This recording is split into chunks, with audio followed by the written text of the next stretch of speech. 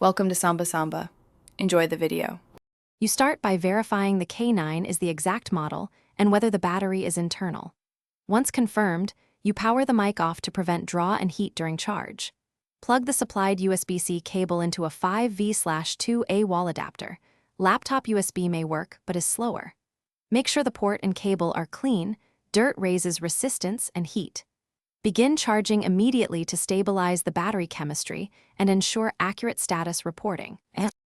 Now you watch the K9's LED and charging app if available, because the lights tell you the battery state. Red means charging and green means full.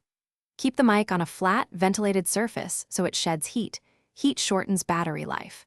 If the indicator pulses or blinks irregularly, pause and reseat the cable.